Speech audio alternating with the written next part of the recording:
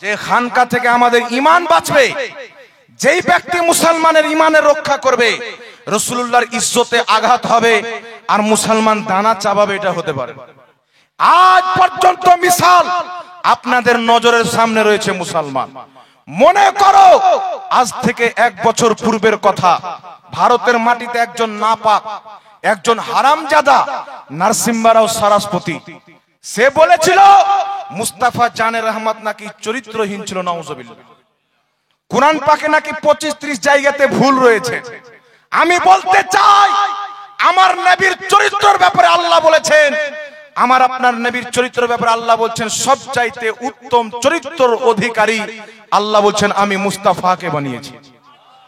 মুস্তাফাকে বানিয়েছি, যেই নবীর ব্যবহারকে দেখে মক্কার 14 পুষ্ট পর্যন্ত মূর্তি পূজা করত, রাসূলের চরিত্রকে দেখে আল্লাহর পূজারী হয়ে গেছে। যেই নবীর চরিত্র কত মহান, মুসলমান তো মুসলমান, একজন খ্রিস্টান কলম তুলছেন, একটি কিতাব লিখছেন দ্য 100, সেই কিতাবের মধ্যে 100 জন ব্যক্তির প্রশংসা লিখতে গিয়ে ওই খ্রিস্টান যদি চাইতো তাদের নবী ঈসা নবীর প্রশংসা লিখতে পারত, মুসা নবীর আগে লিখতে পারত, বৌদ্ধর লিখতে পারত, আপনার আরো অন্যান্য ব্যক্তি লিখতে পারত। একজন খ্রিস্টান যখন আমার নবীর চরিত্রকে পড়েছেন, আমার রাসূলের ব্যবহারকে পড়েছেন, সে খ্রিস্টান পর্যন্ত বাধ্য হয়েছে 100 জনের মধ্যে সর্বপ্রথম যিনার নাম লিখেছেন তিনি হচ্ছেন মুহাম্মদ রাসূলুল্লাহ। আমি আপনাকে বলতে চাই, যখন আল্লাহর মা তুলে গালি দিচ্ছিল, আল্লাহ কি মা আছে? আল্লাহর তাওহীন করছিল, রাসূল পাকের চরিত্রের উপর আঙ্গুল তুলেছিল। আপনাকে বলতে চাই মুসলমান, যে আজ ইউটিউব ফেসবুকের মধ্যে লামাযহাবী মৌলবী ফাড়ফাড়ায়, তখন সে কোথায় বন্দী ছিল? দেওবন্দি ফাড়ফাড়ায় তবলিগি জামাত লোটা নিয়ে ঘুরছিল। এরা তখন কি করছিল? দেওবন্দিদের মাহমুদ মাদানী ইংরেজ আপনার আরএসএস এর দালালি করতে ব্যস্ত ছিল। লামাযহাবী তাদের তালোয়া চাটতে ছিল মুসলমান, তাদের মুখে কি তালা ছিল? তারা জবাব কেন দেয়নি? ময়দানে তারা কেন নামেনি? আপনাকে বলতে চাই, যার অন্তরে রাসূলের মুহাব্বত থাকবে সেই ব্যক্তি আঘাত পাবে, যার কলিজাতে রাসূলের মুহাব্বত নাই সেই ব্যক্তি আঘাত পাবে না। আপনাকে বলতে চাই, নবীর যখন বেয়াদবি করা হচ্ছিল, দেওবন্দ খামোশ, সাহারানপুর খামোশ, লামাযহাবী খামোশ, কাদিয়ানী খামোশ, শিয়া খামোশ। ওই সমাজে যদি উত্তর দিয়ে থাকে, বরেলির প্রোডাক্ট মুফতি সালমান আজহারি বলেছিল, আমি আহমদ রাজার মাননেওয়ালা, আলা হযরতের দরবারের গোলাম, দিল্লির ময়দানে চলে এসো, আগুন জ্বালা হবে, তুমি তোমার ধর্মের কিতাব নিয়ে নামো, আমি কোরআন পাক নিয়ে নামবো। যেই ব্যক্তিকে আগুন জ্বালাবে না তার ধর্ম সত্য প্রমাণ হবে। মুসলমান,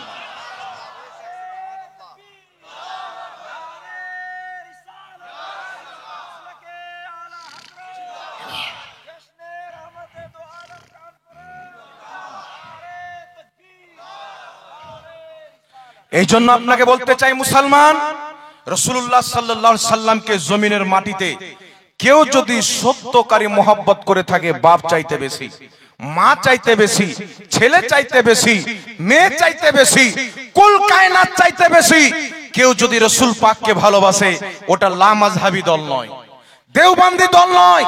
যদি তারা বাস্তব বলতো না নবীর সম্মান বড় ভাইয়ের মতো করতে হবে, তারা রাসূল পাককে বেশি ভালোবাসলে বলতো না রাসূল পাকের সম্মান বড় ভাইয়ের মতো করতে হবে। রাসূল আমাদের মতো মানুষ, সবচাইতে বেশি আমরা আহলে সুন্নাত ওয়াল জামাত সুন্নি বরেলভী মুসলমান নবীকে মুহাব্বত করে। তাই বরেলির সরতাজ আলা হযরতের পরেও অল্প দিন পূর্বে, কয়েক বছর পূর্বে হুজুর তাজুস শরিয়া একটাই বার্তা দিয়েছেন, নবী সে जो हो बेगाना उसे दिल से जुदा कर दे, पितर मादर बिरादर मालो जा सब कुछ नबी पर फिदा कर दे। এই জন্য আপনাকে বুঝাতে চাই মুসলমান, রাসূল পাকের মুহাব্বতের নাম হচ্ছে ঈমান। একটা एग्जांपल আপনাকে দিয়ে দিই। অনেক লোক নামাজ পড়ছে না, রাসূলুল্লাহর জন্য দাঁড়িয়ে সালাম পড়েন, তার ভাত হজম হয় না। এতদিন যদি তারা যত রাসূলুল্লাহর দাঁড়িয়ে কায়াম করার বিপক্ষে লড়েছে, সুদের বিপক্ষে লড়তো, পুরো ভারতে সুদ বন্ধ হয়ে যেত। যতদিন তারা নবী পাকের মিলাদ, নবী পাকের জুলুসের বিরুদ্ধে ফতোয়া দিয়েছে, যদি জেনার বিরুদ্ধে ফতোয়া দিত, অনেক হাজারো মুসলমান জেনা থেকে বেঁচে যেত। কিন্তু এদের দুশ্মনী সুদখোরের সাথে নয়, এদের দুশ্মনী জিনাখোরের সাথে নয়, এদের দুশ্মনী হারামখোরের সাথে নয়, এদের দুশ্মনী হচ্ছে মুহাম্মদ রাসূলুল্লাহর সাথে। আপনি চিন্তা করছেন একজন নামাজি ব্যক্তি, কুরবানি দেনেওয়ালা, হজ করনেওয়ালা, চেহারাতে দাড়ি রাখনেওয়ালা, মাদ্রাসা চালানেওয়ালা নবীর কি করে দুশ্মন হতে পারে?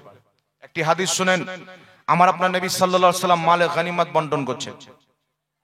বদরি সাহাবী যিনারা বদরের যুদ্ধে শরীক হয়েছিলেন তাদেরকে 2 হিস্সা দিচ্ছেন, যিনারা বদরি নয় তাদেরকে 1 হিস্সা দিচ্ছেন।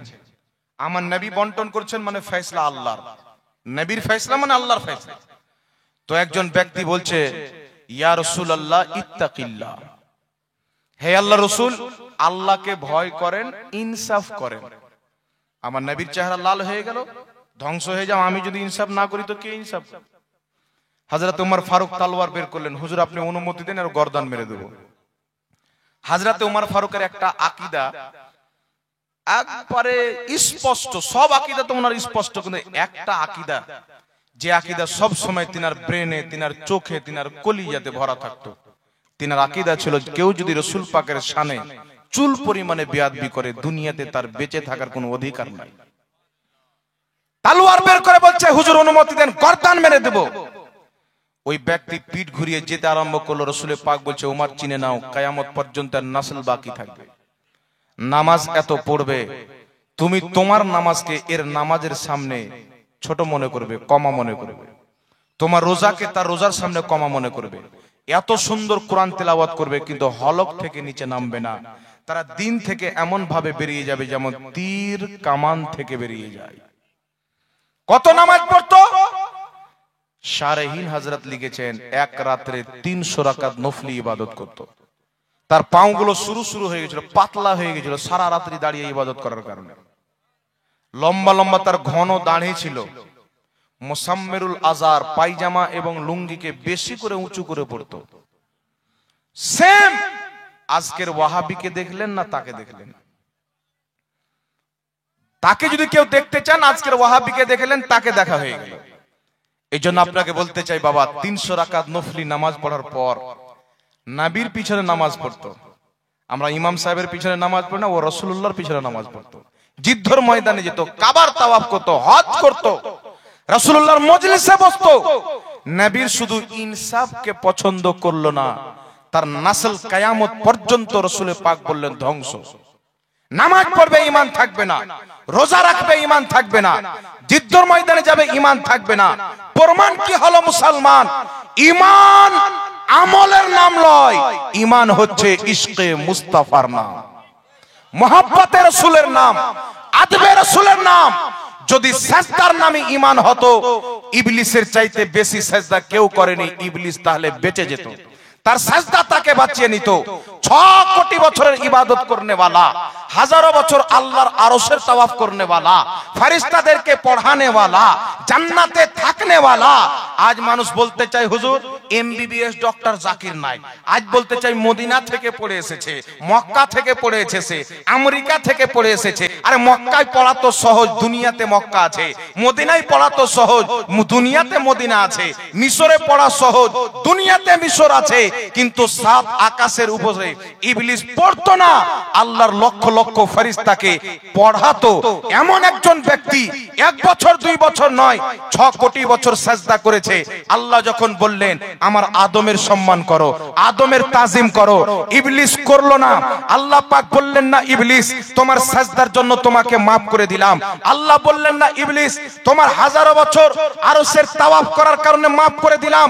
বরং মহান রব্বুল আলামিন তার উপরে মুরতাদ এবং কুফরির ফতোয়া দিয়ে তাকে কিয়ামত পর্যন্ত লানাতি শয়তান বানিয়ে নিজের কুরআন পাকের মধ্যে ঘটনাটি উল্লেখ করে কিয়ামত পর্যন্ত নিজের কুরআন পাকে একটা মেসেজ দিয়েছিলেন, এই পৃথিবীর মানুষ নামাজ যতই থাক, রোজা যতই থাক, হজ যতই থাক, যাকাত যতই থাক, যদি তোমার অন্তরে নবীর চুল পরিমাণে বেয়াদবি থাকে, তোমার নামাজ, তোমার আমল তোমার মুখে মেরে দেওয়া হবে। কারণ আল্লাহ তাবারাক ওয়া তাআলা একটাই জিনিস জানিয়েছেন, जो नबी का नहीं वो खुदा का नहीं।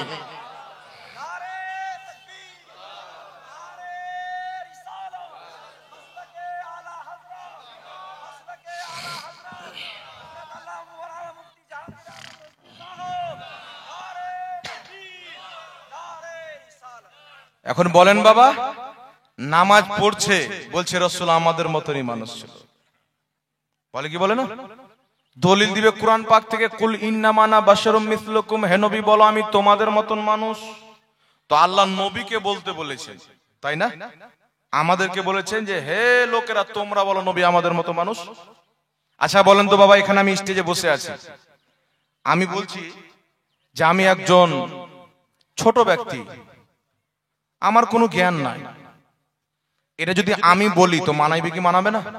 আপনারা মনে করবেন নিজের নম্রতা প্রকাশ করছে, না কি বলেন? আজিজি প্রকাশ করছে, এটাই তো বলবেন।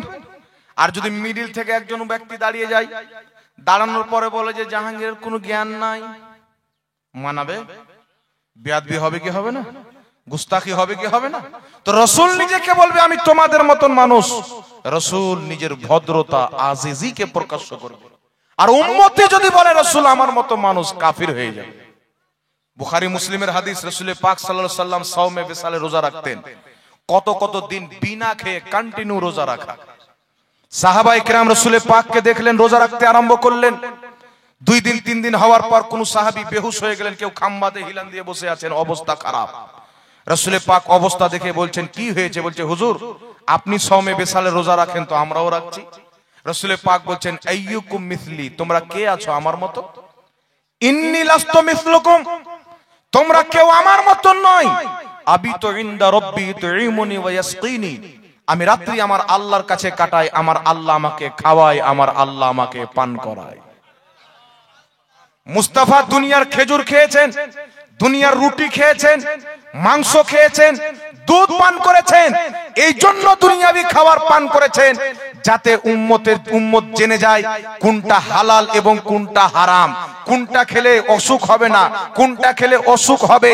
এই জন্য আমার নবী দুনিয়ার খাবার খেয়েছেন। নচেত রাসূল পাক মুসলিম শরীফের মধ্যে এলান করেছেন আবিতু ইনদা রাব্বি ইউতঈমুনি ওয়া ইয়াসকিনি, আমি রাত্রি আমার আল্লাহর কাছে কাটাই, আমার আল্লাহ আমাকে খাওয়ায়, আমার আল্লাহ আমাকে পান করায়। নবীর আসল খাবার হচ্ছে নূর বাবা, নূর। শয়তান যেমন নলেজ লাগিয়েছিল আল্লাহ আমি আগুনের তৈরি, আদম মাটির তৈরি, আমি আগুন হয়ে মাটিকে কি করে সাজদা করতে পারি, এরকম ওয়াহাবি নলেজ লাগায় যে নবী যদি নূর হতেন তাহলে খাইলেন কেন? তো নবী তো আল্লাহর কাছে রাত্রি কাটায়, আল্লাহর কাছে খাই, তুই কেন খাস না? তুই তো মানুষ, নাকি বলেন? ওই যে রাসূলের দান দানে মুবারক শহীদ হলো তো রক্ত কেন বের হলো? মুসলিম শরীফের মধ্যে হাদিস, মালকুল মত মুসা নবীর দরবারে এসে বলছেন হুজুর আপনার আত্মা কবজ করতে আসলাম। মুসা আলাইহিস সালাম একটা পাটাং করে চড় মারলেন, চোখ বেরিয়ে জমিনে পড়ে গেল। তাহলে আপনি বলবেন যে মালকুল মত ইসরাইল আলাইহিস সালাম উনি তো নূর, তাহলে চোখ কি করে বেরিয়ে পড়লো? তাহলে সহিহ হাদিসকে তোমার জন্য কি অস্বীকার করা যাবে? আমার নবী বলেছেন মানে চোখ বন্ধ করে বিশ্বাস করতে হবে। দুনিয়া মিথ্যা হতে পারে, রাসূল কোনোদিন মিথ্যা হতে পারে না। আরে নবী পাক জিদ্দর ময়দানে নবীর রক্ত বেরিয়েছে, মেরাজের রাত্রিতে নবীর পুরো সিনা চাক করা হয়েছে, এক ফোঁটা রক্ত বের হয়নি। বাল্যকালে রাসূল পাকের সিনা চাক করা হয়েছে, এক ফোঁটা রক্ত বের হয়নি। কারণ আমার নবী যখন বাশারিয়াতের লেবাদা পড়ে থাকেন রাসূল পাকের রক্ত বের হয়, কিন্তু নূরের লেবাসে যখন মেরাজে যায় আমার আপনার নবীর শরীরের রক্ত বের হয় না। জোরে বলেন সুবহানাল্লাহ। এই জন্য আপনাকে বলতে চাই, এক জায়গাতে গিয়েছিলাম জালসা করতে বাবা, 2-3টা দেওবন্দি দাঁড়িয়ে গেল নদিয়াতে, কিছুদিন পূর্বে হযরত কয়েকদিন নদিয়াতে সামনে নূর বলেছে নবীকে, দাঁড়িয়ে গেছে, হ্যাঁ নবী নূর, সহিহ হাদিস দিয়ে দলিল দাও। আমি বললাম সহিহ হাদিস পরে না, আমাকে বলো তো তুমি কোন দলের লোক? যে আমি তবলিগি জামাত করি। বলে আশরাফ আলীকে চিনো না? হ্যাঁ চিনি, এত বড় একজন আলিম ছিলেন। হ্যাঁ আপনার বাপকে তো চিনবে, তোমার বাপ আশরাফ আলী থানভী নাসরুত তিব কিতাবের মধ্যে লিখেছেন আল্লাহ সর্বপ্রথম নবীর নূর তৈরি করেছেন। আর যদি কোনো লামাযহাবী থাকে তারাও শুনে লেখ, তাদের বাপ ওয়াহিদুজ্জামান হাদিয়াতুল মাহদি কিতাবের মধ্যে লিখেছে আল্লাহ সর্বপ্রথম আপন নূর দিয়ে মুস্তাফার নূর তৈরি করেছেন। তখন আমি একটি হাদিস পেশ করলাম, হযরতে জাবির জিজ্ঞাসা করছেন ইয়া রাসূলুল্লাহ আখবারানি, আমাদেরকে খবর দেন, আমাদেরকে জানান, আউয়ালু শাইইন খালাকাহুল্লাহু তাআলা ক্বাবলাল আশিয়া, আল্লাহ সর্বপ্রথম সমস্ত জিনিসের পূর্বে কি তৈরি করেছেন? নবী পাক সাল্লাল্লাহু আলাইহি ওয়াসাল্লাম বলেন ইয়া জাবির ইন্নাল্লাহ তাআলা, রাসূল পাক বলেন এই জাবির নিশ্চয়ই আল্লাহ তাআলা তৈরি করেছেন নূরুন নবিয়্যিকা মিন নূরিহি, সর্বপ্রথম কাবলাল আশিয়ায় সর্বপ্রথম নূরুন নবিয়্যিকা, তোমার নবীর নূর, মিন নূরিহি, আপন নূরের ফেজে। জোরে বলেন সুবহানাল্লাহ। এই হাদিসটা যখন উল্লেখ করেন, বলে হাদিসটা কোন কিতাবে পাওয়া যায় না। ইমাম ইবনে হাজার মক্কি ফাতাওয়া হাদিসিয়ার মধ্যে হাদিসটিকে লিখেছেন, লেখার পরে উনি বলেছেন হাদিসটি সহিহ। ইমাম জুরকানি শারা মাওয়াহিবুদ্দিনের মধ্যে লিখেছেন যে হাদিসটি প্রতিষ্ঠিত সনদে বর্ণিত, অর্থাৎ সহিহ সনদে।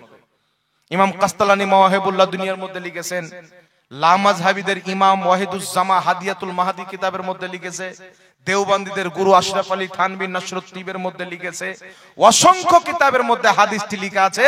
আর চমৎকার হলো, আজ পর্যন্ত কেউ হাদিসটিকে দুর্বল বা ভুল বলেনি, বরং বড় বড় মুহাদ্দিস হাদিসটাকে সহিহ বলেছেন। জোরে বলতে হবে সুবহানাল্লাহ।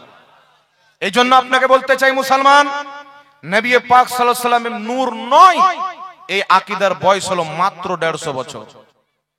আর নবী পাক নূর, এই আকীদার বয়স হলো 1450 বছর। আর জোরে হবে না সুবহানাল্লাহ? 1450 বছর।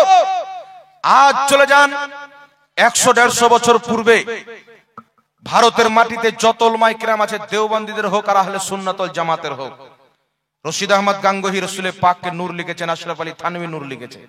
আমাদের ইমাম আলা হযরত তো বলেছেন, তেরি নসলে পাক মে হে বাচ্চা বাচ্চা নূর কা, তু হে আইনে নূর, তেরা সব ঘরানা নূর কা। একটু লক্ষ্য করে শুনেন, পূর্বের মুসলমানদের কি আকীদা ছিল।